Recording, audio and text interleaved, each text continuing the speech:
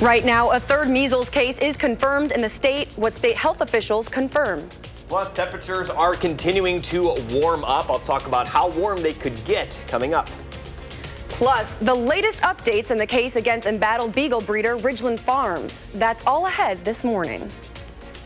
Well, good Sunday morning, and thanks for joining us. I'm your Weekend Morning anchor, Michelle Renee Quinn. And I'm meteorologist Jacob Montesano. You're watching Weekend Mornings on Super Bowl Sunday. And it was funny, I was mentioning how, temperatures are going to get warm up, how warm they're going to get. They're still not going to be warm, but obviously compared to a lot of other days this past week, and especially the past couple of weeks, it's going to feel warm, especially with the sun shining. Yes, it will. I'm ready for it. What are we looking at? Well, right now, temperatures certainly still on the cold side right now, but they are better compared to this time yesterday. We're in the teens across much of the area, but some locations are in the middle to lower 20s, especially in southwest Wisconsin. And as we take a look at the current radar, we're not seeing anything either, just a few light flurries across Lake Michigan, but most of the region will actually see plenty of sunshine today, despite the fact that we're seeing some cloudy skies this morning, partly to mostly sunny skies tomorrow afternoon, or this afternoon, excuse me, and the temperatures will be better as highs will reach around 30,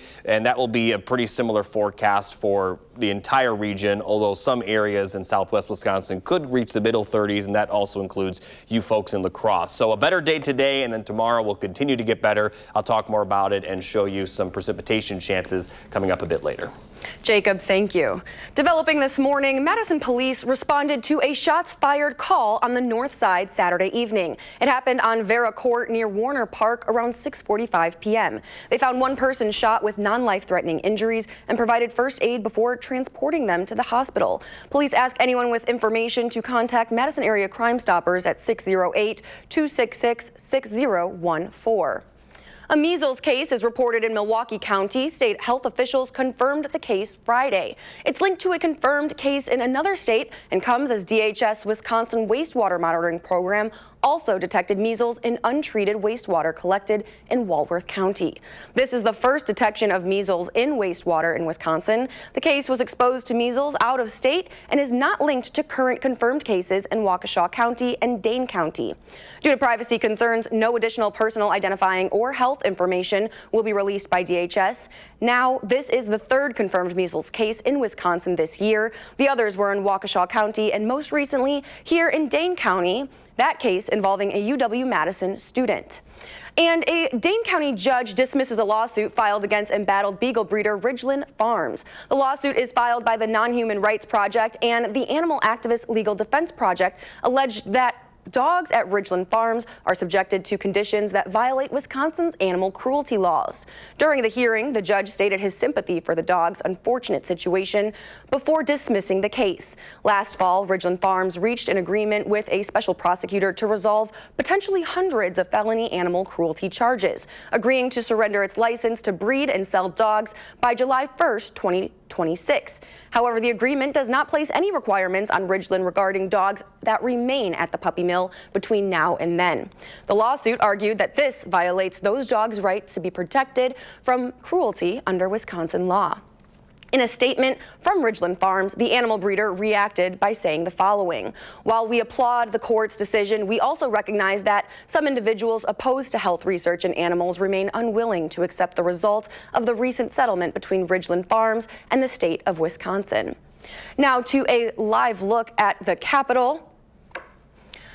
Members of Congress are preparing to examine unredacted versions of the Jeffrey Epstein files. A letter from the Department of Justice says they'll be available to review them starting on Monday. Lawmakers will have to give the federal agency a 24-hour notice. So far, a few Democratic representatives have already requested to view the unredacted materials. And now to the ongoing uncounted ballots battle. In 2024, nearly 200 absentee ballots went uncounted by the Madison Clerk's office. Law Forward is representing multiple voters in a suit asking for compensation from the city. Seeking to have the suit tossed out, the city's legal argument is that the right to vote by absentee ballot is a privilege, not a right. That prompted swift criticism from the governor and the Wisconsin Elections Commission.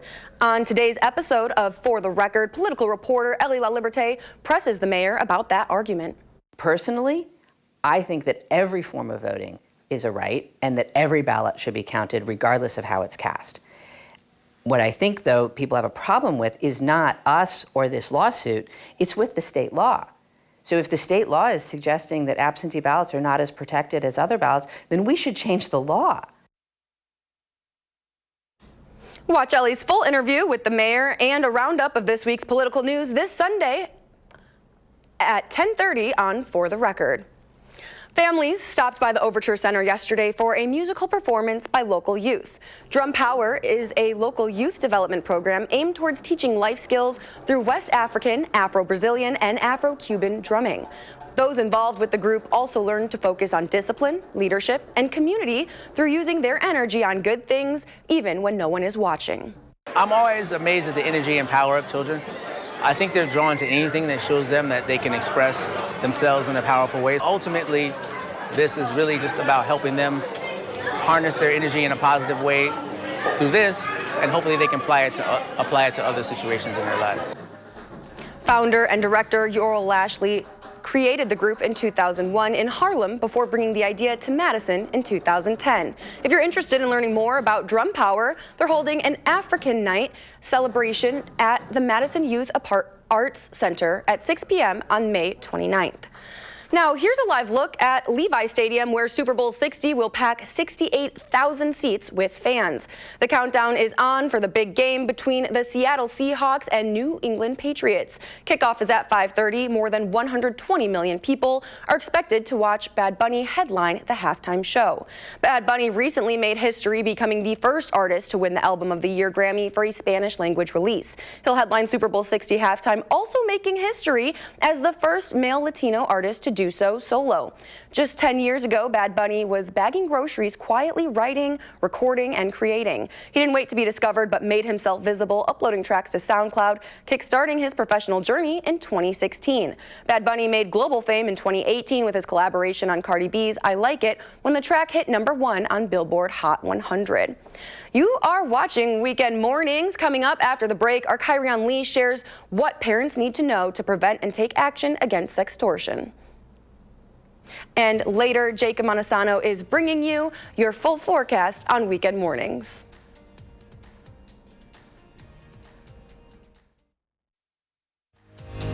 You're watching News 3 Now this morning. Moving forward.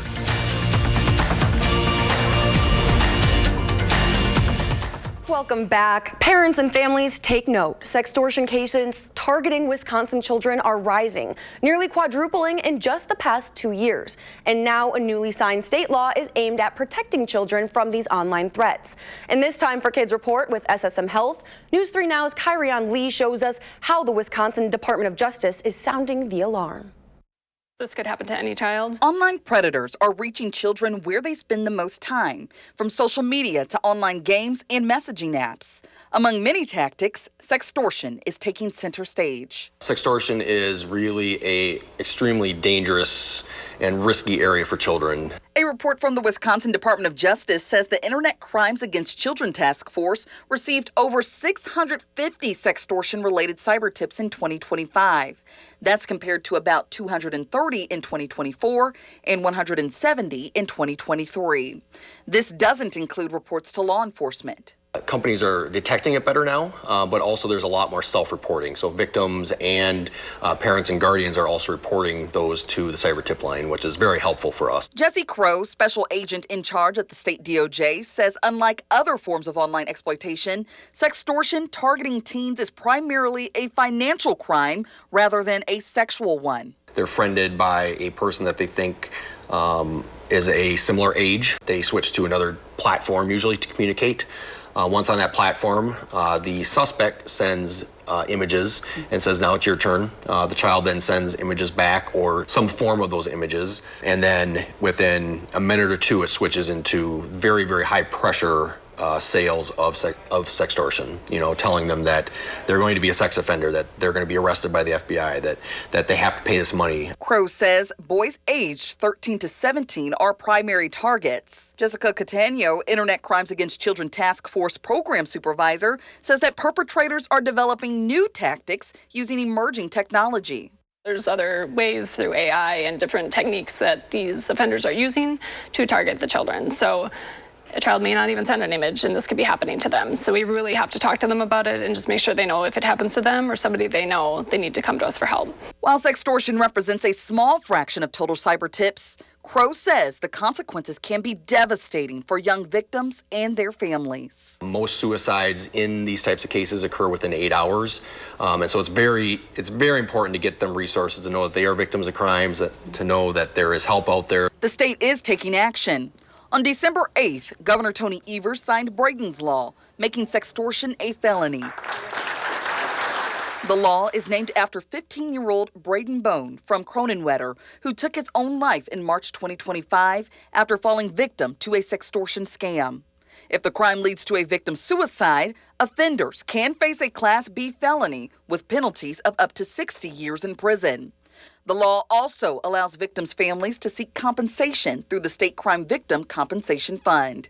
But even with stronger penalties, Crow says enforcement remains challenging because many sextortion schemes originate overseas. Nigeria, Ivory Coast, Philippines, and India a little bit right now. Those are the main areas where the suspects are. The DOJ works with federal partners like the FBI and Homeland Security to investigate suspects abroad. For parents, guardians, and trusted adults, here's what you can do. The DOJ and SSM Health child psychiatrists say the best protection starts with open communication. Kids are more likely to report sextortion when they know they won't get in trouble. And the DOJ ensures they won't in these cases. So stop communication, block them on the platform, and report them is really important. And then please get some help. Please tell a trusted adult. After stopping communication, report and block the account, but do not delete messages or profiles to preserve potential evidence. Then report the crime to law enforcement or cybertipline.com. To help the growing problem, the Wisconsin DOJ is expanding its statewide anti-sextortion campaign. The best thing we can tell parents is to stay engaged, know what your children are doing online, and be sure to create that safe space where children can come to you if something does happen. The campaign now includes free safety posters and wallet-sized resource cards explaining sextortion and where to get help. The DOJ also provides schools and communities with free online safety lessons through NetSmarts. They also work with more than 335 ICAC affiliate agencies across the state, sharing resources, coordinating with local departments, and supporting cases as they come in. Additionally, they're working toward partnering with physicians to add simple digital safety questions to routine checkups. Reporting in Madison, Kyrian Lee, News 3 Now. Families should know which apps their kids use, how they work, and who they're talking to. Resources are available through the National Center for Missing and Exploited Children, Cyber Tip Line, local law enforcement, and the Wisconsin Department of Justice. 7:16 now. We want to make sure you know what to expect as you're walking out the door this morning. Thanks, Michelle. Renee, we are going to be seeing those temperatures continue to warm up. We could be even seeing some 40s the next couple of days for some areas, and even after those 40s cool down a little bit, we're still going to stay mild and above average with not a lot of big rain or snow makers in the forecast. For today, plenty of sunshine, especially in the afternoon. Highs in the middle to lower 30s, maybe upper 20s for areas east of Madison, but certainly better compared to yesterday temperature-wise. Lows will drop to around 20 overnight, so above average in terms of the average lows this time of year. And then tomorrow will continue to get better. We'll see more cloud cover tomorrow compared to today, but highs will be in the upper 30s to lower 40s. Now, as we take a look at the temperatures over the next 10 days, highs will be near 40 for Tuesday as well. Then middle 30s for the middle of the week, upper 30s next weekend, possibly 40s by early next week. And those mild temperatures look to continue for the foreseeable future. The 2-week temperature outlook shows very mild conditions over the next 2 weeks. Now, looking at the full 10-day forecast, again, we really aren't going to see much in terms of precipitation. Some light snow and maybe a little bit of freezing rain and actual rain mixed in Thursday, but the chance of rain is not super high, and if we do see it, we're not going to see a ton of it. Beyond that, we're looking very dry until potentially early next week, where we could see those chances of precipitation increase, but a lot can still change between now and then. So enjoy this mild and relatively dry stretch, because these temperatures in the 40s, we haven't seen them for quite some time, and it's not even a guarantee that we're going to hit that level, but certainly some areas will. But no matter if it hits the 40-degree mark or not, it still will feel a lot better. Now to today's morning motivational quote. Today, it's from Maya Angelou. We may encounter many defeats, but we must not be defeated. A simple one, but the reminder that you have to persevere. I love that, not be defeated part.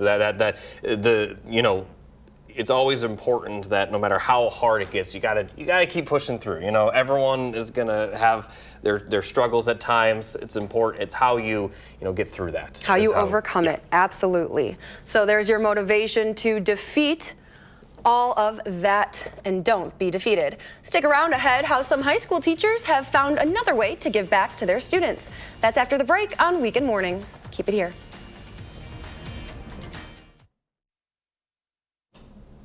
Welcome back. As we take a look at the precipitation chances over the next several days, maybe some light snow flurries across Lake Michigan today, but most of southern Wisconsin and western Wisconsin will be dry. We'll see sunshine today, cloudy skies tomorrow. The cloudy skies may lead to some precipitation in northern Wisconsin, with areas further off to the north having a better chance of seeing that. But again, southern Wisconsin should be dry during that period. Then we'll see more sunshine return Tuesday, just kind of on and off cloud cover for the next several days. Once we get towards Wednesday night and Thursday, we have a little bit of a better chance of snowfall, but even this chance is not going to amount to much. May not even see any accumulation. It's very possible a lot of the area doesn't see anything at all, but that really is the strongest chance of any kind of precipitation this week, as we're going to be dry again once we get to Friday and Valentine's Day Saturday as well.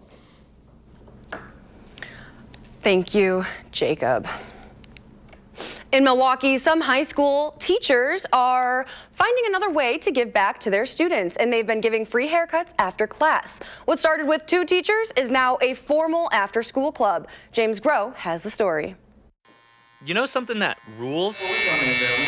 Getting a really good haircut. We've all had the feeling, right? You just got a fresh cut. You look in the mirror and you go, man, I look good. So a couple of teachers at Rufus King High School in Milwaukee decided to bring that feeling to their students. Emmanuel Johnson and Cameron LaFleur give free haircuts after class to any student who wants one. Give a student a new attitude and a new way to look at themselves and a new way to feel about themselves. You can come into class and you can learn academically. You can come back to that same class and get a cut. You can come to that same class and talk to a teacher and really get to know who they are, to get to know who you are. They've been giving these free haircuts for about 2 years. And then during this school year, they formally started the club, The Shop in 310, aka Mr. LaFleur's English classroom.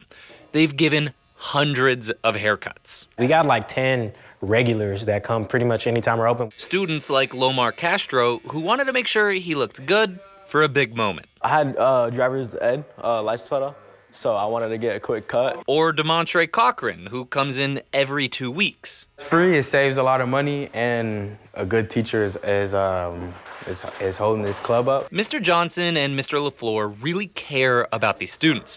They'll do anything to help them learn and look good. We need to interview, one more touch-up. They aren't licensed barbers, but they've been cutting hair for years.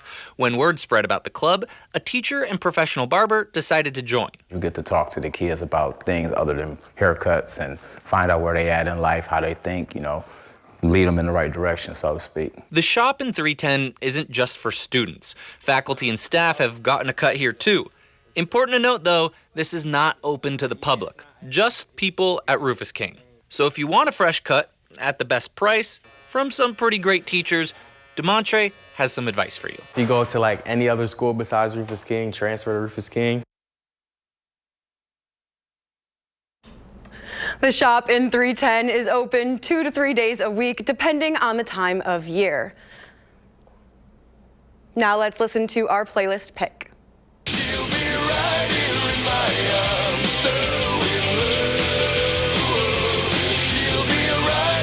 You're listening to Right Here in My Arms by H.I.M. Jimmy sent this in, so thank you so much for sending in this song. Everybody should be like Jimmy and create a weekend playlist pick with us by sending me a song with the subject playlist pick to Mr. Quinn at WISCTV.com. And tune in on weekend mornings to hear your song. Keep it here. We'll be back right after the break.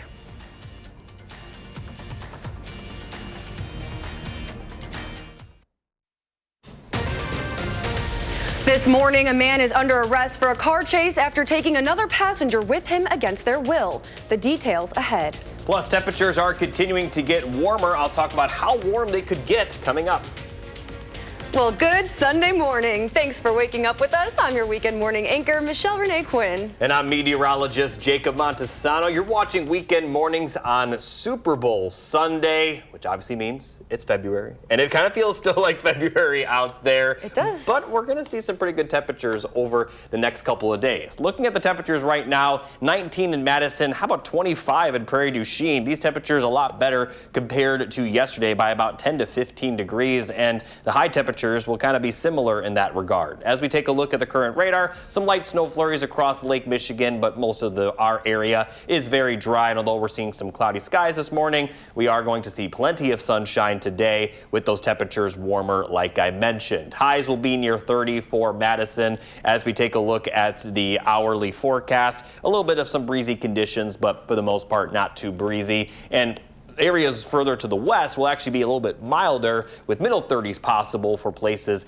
near the Mississippi River. That includes you folks in La Crosse. Again, plenty of sunshine, especially in the afternoon. The temperatures will only get better from here. I'll talk about how warm they could get coming up.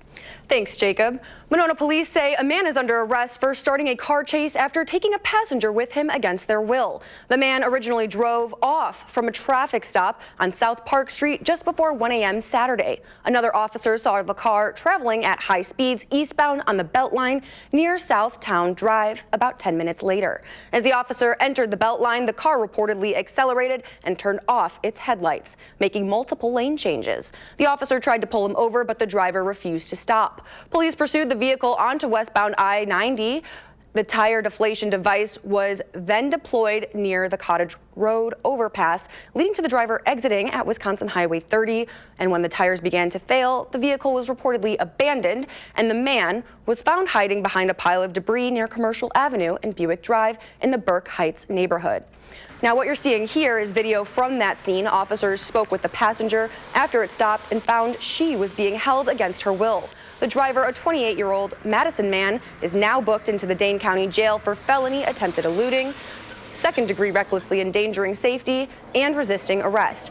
At the time of the arrest, he was serving out active community supervision stemming from a 2016 shooting and armed robbery. He also faces additional charges and has been served outstanding felony warrants.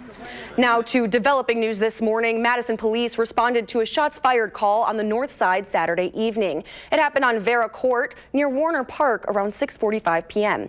They found one person shot with non-life-threatening injuries and provided first aid before transporting them to the hospital. Police ask anyone with information to contact Madison Area Crime Stoppers at 608-266-6014. Now, to a live look at the Capitol, there's a new wave of backlash after the massive final dump of Epstein files. Several members of Congress are preparing to examine unredacted versions of the Jeffrey Epstein files. A letter from the Department of Justice says they'll be able to review them starting tomorrow. There are guidelines on how members will be able to look through the more than 3 million pages of content that's been publicly released. One stipulates lawmakers will have to give the federal agency a 24-hour notice. So far, a few Democratic representatives have already requested to view these unredacted materials. Meanwhile, a federal appeals court is ruling in favor of the Trump administration's policy of detaining millions of undocumented immigrants without the opportunity to challenge their detention. It hands President Donald Trump a major win as he speaks to carry out an aggressive deportation campaign. The 2-1 ruling came from the conservative 5th U.S. Circuit Court of Appeals. It's the first time a court has backed the policy, as thousands of other cases nationwide ruled it unlawful. This ruling applies only to immigrants in Texas, Louisiana, and Mississippi. In more local news, the UW-Madison Habitat for Humanity organization held its 30th annual Super Bowl fundraiser. The family-friendly tradition brings attendees and UW-Madison students together at West High School to support the Dane County community. With tickets Guests could then choose one of over 100 different handmade ceramic bowls to fill with soup and take home. Aside from the meal, guests could mingle, take part in a silent auction, and other activities as they listen to live music. So all of the money that we raise goes to Habitat Dane County for affordable housing. So that means building homes for families who are low income here in our community, and we do about 10 house builds a year right now. I think it's just cool that we get to, as students, connect with the community. A few familiar faces even helped out. News 3 Now's Kyrion Lee and Brady Mallory joined the fundraiser as celebrity soup servers. And a record number of U.S. employees plan to miss work the Monday after the Super Bowl, the actual one. A survey from workforce platform UKG estimates 26.2 million people will be absent. That beats last year's record by about 4 million. Most survey respondents say they're using PTO or swapping shifts. About 5 million say they'll call in sick or just not show up.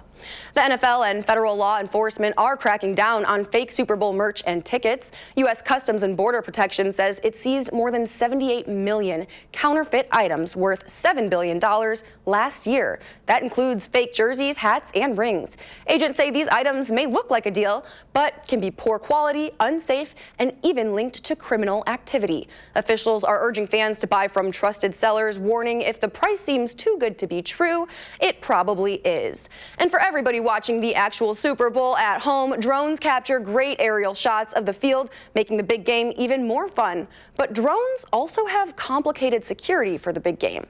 They can be delivered to anyone's door and easily used for nefarious purposes, but even a hobbyist just trying to catch some video of the game poses a threat. If the drone malfunctions and drops on fans or players, they could get injured.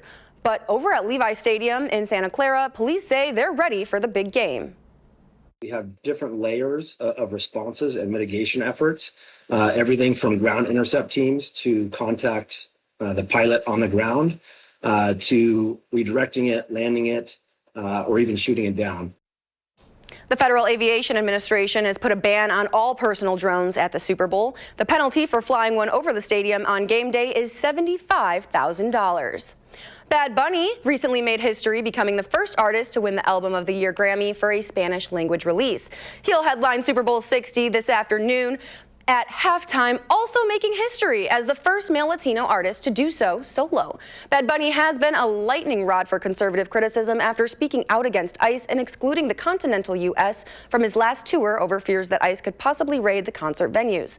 The tour in Puerto Rico attracted 600,000 visitors, garnering the island an estimated $200 million. Just 10 years ago, Bad Bunny was bagging groceries, quietly writing, recording, and creating. He didn't wait to be discovered, but made himself visible, uploading tracks to SoundCloud, kickstarting his professional journey in 2016. Bad Bunny made global fame in 2018 with his collaboration on Cardi B's I Like It when the track hit #1 on Billboard Hot 100. Still ahead on Weekend Mornings, our Kyrion Lee is discussing kindness in this weekend's health conversation. Plus, I'll be back with a full look at the forecast for the upcoming work week. This is Weekend Mornings. Keep it here.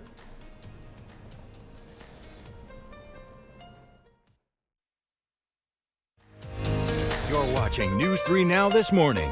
Moving forward. Welcome back. Happening today, Orchid Quest continues, presented by the Orchid Growers Guild of Madison. You can learn, shop, and celebrate everything orchids at the Upper Midwest's largest orchid show and sale. It features thousands of exotic orchids on display and for sale to the public. That's at the Monona Terrace today from 10 to 3. Tickets are sold at the door. It's $10 for adults, $7 for students, and children under 5 get in free. Now, with Valentine's Day just around the corner, many of us are thinking about the people we care about most. Dr. Rupa Shah joins News 3 Now's Kyrion Lee for this morning's health conversation on kindness. These feelings of love and the acts of kindness we show each other can be really good for our health. Wellness coach and SSM Health Family Medicine physician, Dr. Rupa Shah, joins us this morning to talk about it. So what are some of the top ways being kind helps our health?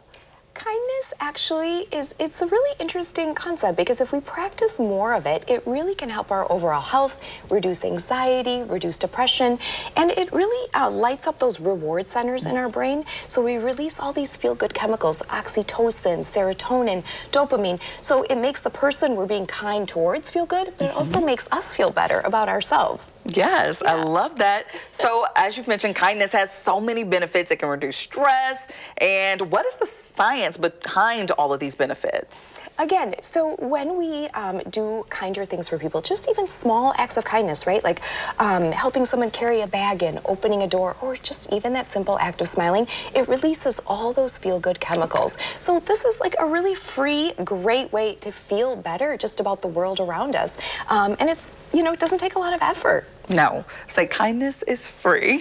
So what types of kindness is best, and what are some simple ways to create a kindness practice?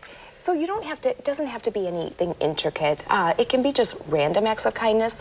It can be saying hello to somebody at the coffee shop. If you want to go one step further, you could buy someone behind you a cup of coffee, helping somebody open a door, leaving them a little sticky note at work and saying, you know, just thinking about you, hope you have a great day, right? Little things like that go a really long way. But the other thing, it's not just about showing kindness to everyone around you, but showing yourself kindness too, right? I think a lot of times we're really hard on ourselves, a lot of negative self-talk, and this is a great time of year to remind ourselves that we should be kind to ourselves, right?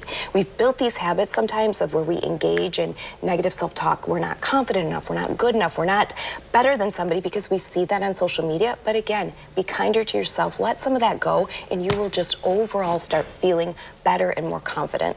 All right, so let's take the time to not only be kind to others, but to yourself. Absolutely. All right, well, Dr. Shaw, thank you so much for joining us. Thanks for having me. Here's a look at the Super Bowl forecast, starting with here in Madison. In case anyone has any plans with the Super Bowl and has to go out, it is going to be a very quiet day across the area. High temperatures will be near 30 before the game, during kickoff around 30, and then by the end of the game in the 20s. So not really too impactful weather at all. Definitely just enjoy the game. Now for the actual Super Bowl in San Francisco, for any people that may be interested in what the weather will be like there, not going to see too much impactful weather with this Super Bowl. Temperatures will be in the lower 60s to upper 50s throughout the game. Maybe some patchy fog, nothing too bad, which obviously when you have the Super Bowl, biggest game and biggest day of the year for television, you kind of would rather have something like this. So if you were maybe hoping for something a little more eventful in terms of the weather, that's not going to be the case, but I think many people will be happy with the relatively quiet conditions both here and also where the Super Bowl will actually be happening. Thank you, Jacob. Now let's take a live look at Levi Stadium, where Super Bowl 60 will pack the 68,000 seats with fans. The countdown is on for the big game between the Seattle Seahawks and New England Patriots. Kickoff is at 5:30. And if you are picking up any last-minute Super Bowl snacks this morning, you may notice price changes on some game day go-tos. Staples like chicken wings, avocados, frozen pizza, and tortilla chips are all down about 3% from last year. But don't count on savings at the veggie tray. Cauliflower is up 4%, and cherry tomatoes and celery are both up about 2%. The most expensive food items this year are beef and shrimp.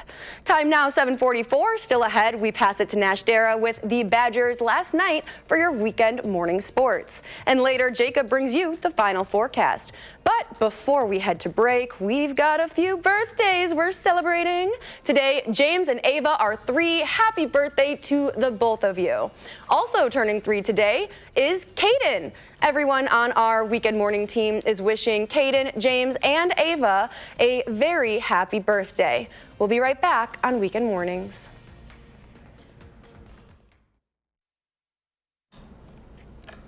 Welcome back. We had a little bit of a technical difficulty, so we wanted to make sure Caden gets his birthday wish. Happy birthday, Caden. And we are so sorry about that technical difficulty. Now here's Nash Dara with sports.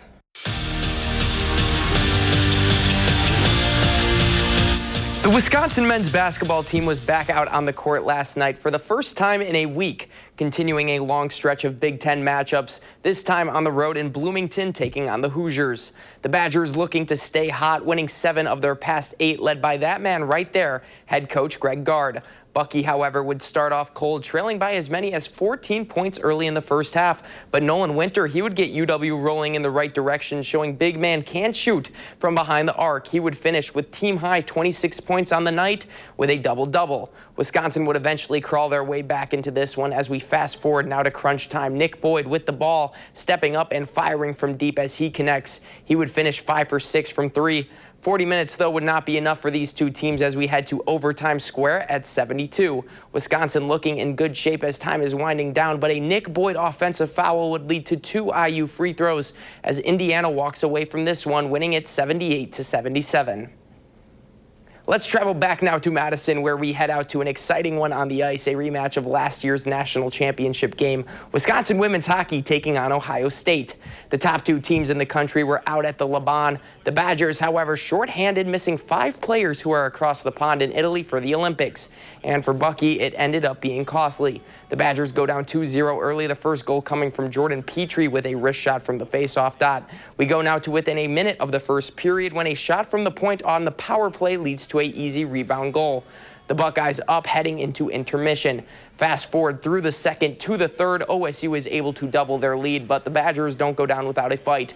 Ava Murphy is able to sneak one through to the back of the net, but that would be all she wrote. The Buckeyes finally get their revenge on the Badgers, winning this one 4-1. The Wisconsin men's hockey team would hop out on the rink just a couple hours later across the street at the Kohl Center Friday night. They snapped a 6-game skid against the Fighting Irish. Let's go see if they could get some more momentum moving in tonight with another win at home. Now, if you like good defense and goaltending, then this was not the game for you. 8 goals scored split down the middle before the third period even begins, which is where we find ourselves now halfway through the final 20 minutes. Notre Dame with some poor puck movement at the point, which gives the Badgers numbers heading towards their own end. A quick pass from Gavin Morrissey to Christian Fitzgerald, who sends it right over the netminder's glove, giving Bucky the lead. The Badgers hold on to this one, winning another big game, 5-4. Busy day for Wisconsin sports as Badgers softball also had a doubleheader yesterday where they split their games, losing to Florida Atlantic, but getting the win against Stonehill College. And as we take a final look at the 3 things you need to know, we are going to be seeing some 40s possible the next couple of days, with temperatures staying mild even after those temperatures do cool down, and we're not going to see a lot of rain or snow in the forecast. Today, plenty of sunshine, especially in the afternoon. Highs in the middle to lower 30s. Overnight lows only dropping into the middle to lower 20s, so not too cold of a morning tomorrow. And then for tomorrow afternoon, we'll see a little bit more cloud cover compared to today, but temperatures will actually be a little bit better. Now, as we look at the temperatures beyond that, we're going to see highs easily in the 30s, even after those temperatures cool down just a little bit after that 40 possible Monday, Tuesday. Then it could get even warmer by the end of the 10-day forecast. And looking at the general 2-week temperature outlook, you can see just how mild those temperatures are expected to be. And there's no real end in sight to these mild conditions. So if you want a little bit more winter weather, this is not the forecast for you. But for everyone else that, getting kind of tired of those very cold temperatures, it's going to be a very nice next 10 days for February standards. Small chance of some snow, maybe some rain mixed in for Thursday. But beyond that, we are looking pretty dry and just pretty good temperature-wise for this time of the year. I'm definitely looking forward to those 40s. Thanks, Jacob. Still ahead on Weekend Mornings, we're sharing more Black history facts you probably didn't know. Plus, here's a look at what's to come on For the Record. Coming up on For the Record, top state officials are criticizing the legal argument Madison is making in an effort to dismiss a case over lost ballots. And later, as Democrats are looking to flip 2 seats for control of the state Senate, we talk with one Republican about why he's not seeking re-election. That's ahead this morning on For the Record at 10:30. You're watching Weekend Mornings. You're watching News 3 Now this morning. Moving forward. Finally this morning, we're sharing more Black history facts. Now, we all know Thomas Edison invented the light bulb itself, but the innovation used to create longer-lasting light bulbs with a carbon filament, which came from the African-American inventor Louis Latimer. And if you're snacking on potato chips during the Super Bowl later, you need to remember George Crumb, a Black chef, created the potato chip. It was unintentional after a customer complained their fried potatoes were too thick, and while Crumb never patented it, chips are arguably the most famous snack. I wonder how many like got branched off from that. Like did he just create the basic potato chip and then everyone like branched off of that, like from Doritos and other things? I think it might have had to be. Yeah, that The is skinny, the crisp part of it was. That's awesome. Yeah. That's so funny. And they are very popular. Now to today's morning motivational quote. It's from Booker T. Washington. He says, there are two ways of exerting one's strength. One is pushing down, the other is pulling up. So here's your reminder to lift up those around you. Yeah, you know, you're always gonna, you know, fall down, and you're gonna have highs and lows in life. It's always important to, you know, keep going strong through both of them. Yes, and like Kyrian and Dr. Shaw were saying, kindness goes a long way. So lift others up with kindness. Thanks for watching Weekend Mornings. Tune in next Saturday live at 8 and 5. Coming up next is CBS Sunday Morning. As always, find us streaming 24/7 on Channel 3000+.